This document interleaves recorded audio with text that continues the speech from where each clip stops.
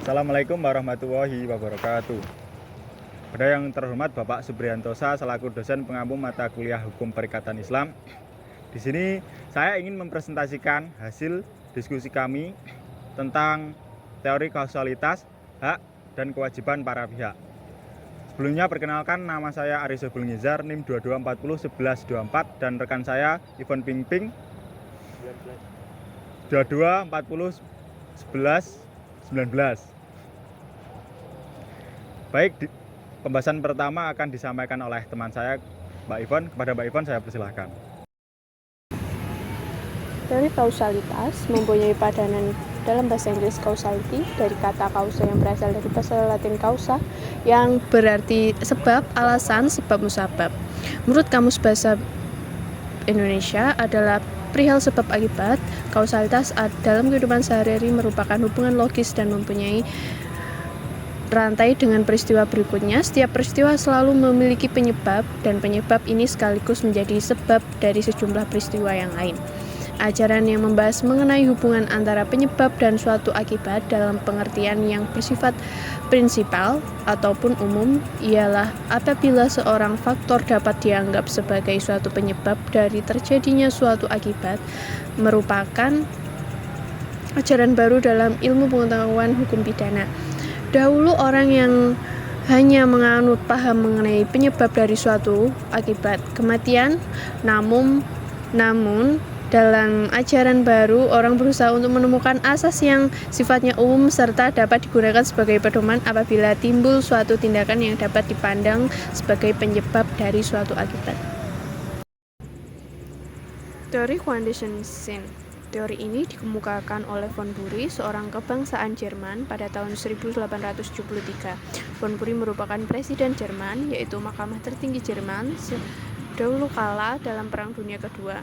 Von Bury ini dapat dikatakan sebagai dasar dari ajaran kausalitas karena berbagai teori yang muncul kemudian merupakan penyempurnaan atau setidaknya masih berkaitan dengan teori yang dikemukakannya. Von Bury mengawali diskurs tentang ajaran kausalitas dengan teorinya condition sine yang secara literal syarat mana tidak ada atau syarat mutlak. Ini tidak membedakan antara syarat sebab yang menjadi inti dari lahirnya berbagai macam teori dalam kausalitas. Teori generalisir. Teori ini membatasi peristiwa yang dianggap sebagai sebab didasarkan kepada fakta sebelum delik terjadi, yaitu pada fakta yang pada umumnya menurut perhitungan yang layak dapat dianggap sebagai sebab kelakuan yang menimbulkan akibat. Teori ini menganalisir mengancam sebab kausa, faktor yang berpengaruh atau berhubungan dengan timbulnya akibat dengan cara melihat dan pada faktor mana yang secara wajib menurut akal serta pengalaman pada umumnya dapat menimbulkan suatu akibat. Teori individualisasi. Teori ini berusaha mencari faktor penyebab dari timbulnya suatu akibat dengan hanya melihat pada faktor yang ada atau terdapat setelah perbuatan dilakukan. Dengan kata peristiwa dan akibatnya benar-benar terjadi secara konkret. Serangkaian faktor yang oleh von Bury diterima sebagai kausa, diambil faktor yang dianggap menjadi kausa. Faktor itu dijadikan kausa karena itu dianggap paling berpengaruh terjadinya akibat atau terjadinya delik. Teori relevansi. Teori ini dimulai dengan mengadakan perbedaan antara musabab dan syarat, seperti teori menganalisir dan teori mengindividualisasi, tetapi dimulai dengan menginterpretasi rumusan delik yang bersangkutan. Dari rumusan delik yang hanya membuat akibat yang dilarang dicoba untuk menentukan kelakuan apakah kiranya yang dimaksud pada waktu membuat larangan tersebut. Selanjutnya ada hak dan kewajiban para pihak. Hak adalah suatu kuasa yang mutlak menjadi milik seseorang untuk menerima atau melakukan sesuatu yang seharusnya diterima atau dilakukan oleh suatu pihak, dan secara prinsip itu tidak dapat dituntut secara paksa oleh pihak lainnya.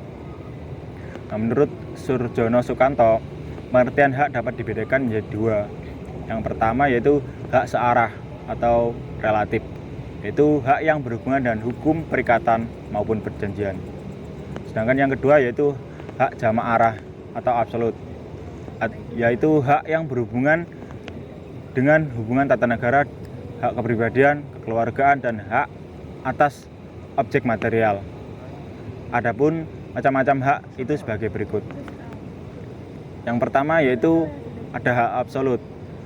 Pengertian hak absolut adalah hak yang sifatnya itu mutlak tanpa pengecualian, berlaku dimanapun dan kapanpun dan tidak dipengaruhi oleh sesuatu keadaan atau situasi tertentu. Yang kedua yaitu hak individual dan hak sosial. Hak individual adalah semua hak yang didapatkan oleh setiap orang terhadap negara, di mana negara tidak boleh menganggap setiap orang untuk mendapatkan hak-hak individunya. Misalnya untuk beragama dan menjalankan ibadah sesuai agamanya.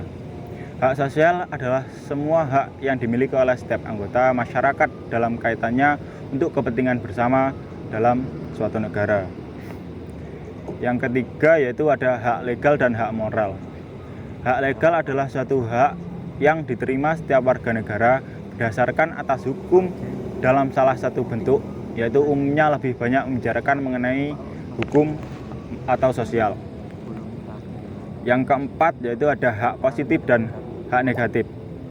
Hak positif itu sifatnya positif jika seorang berhak bahwa orang lain berbuat sesuatu untuk dirinya, misalnya hak untuk mendapatkan pendidikan. Yang terakhir yaitu yang kelima adalah hak khusus dan hak umum.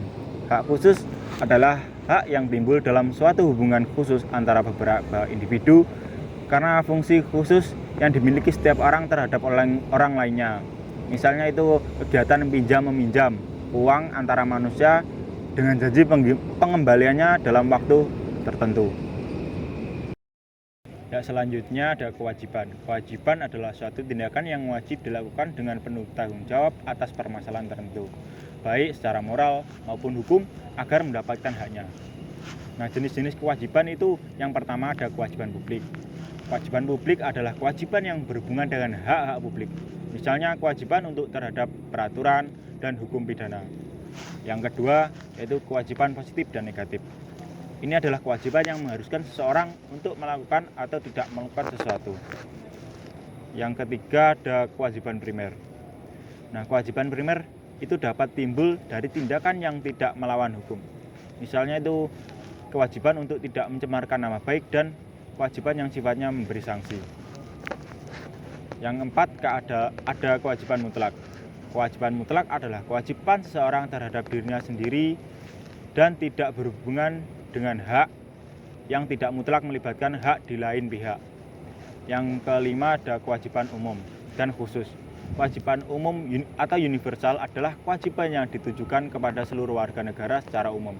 Sedangkan kewajiban khusus itu ditujukan kepada golongan tertentu, bidang hukum tertentu atau perjanjian. Nah, prinsip-prinsip umum terkait hak dan kewajiban para pihak itu yang pertama ada keseimbangan. Yaitu hak dan kewajiban para pihak itu harus seimbang. Yang kedua ada itikat baik. Para pihak harus bertindak dengan itikat baik dalam menjalankan hak dan kewajibannya. Yang ketiga yaitu ada pelaksanaan. Hak dapat dijalankan dan kewajiban harus dilaksanakan sesuai dengan ketentuan hukum dan kesepakatan yang dibuat. Sekian presentasi dari kami, kurang lebihnya kami mohon maaf. Wassalamualaikum warahmatullahi wabarakatuh.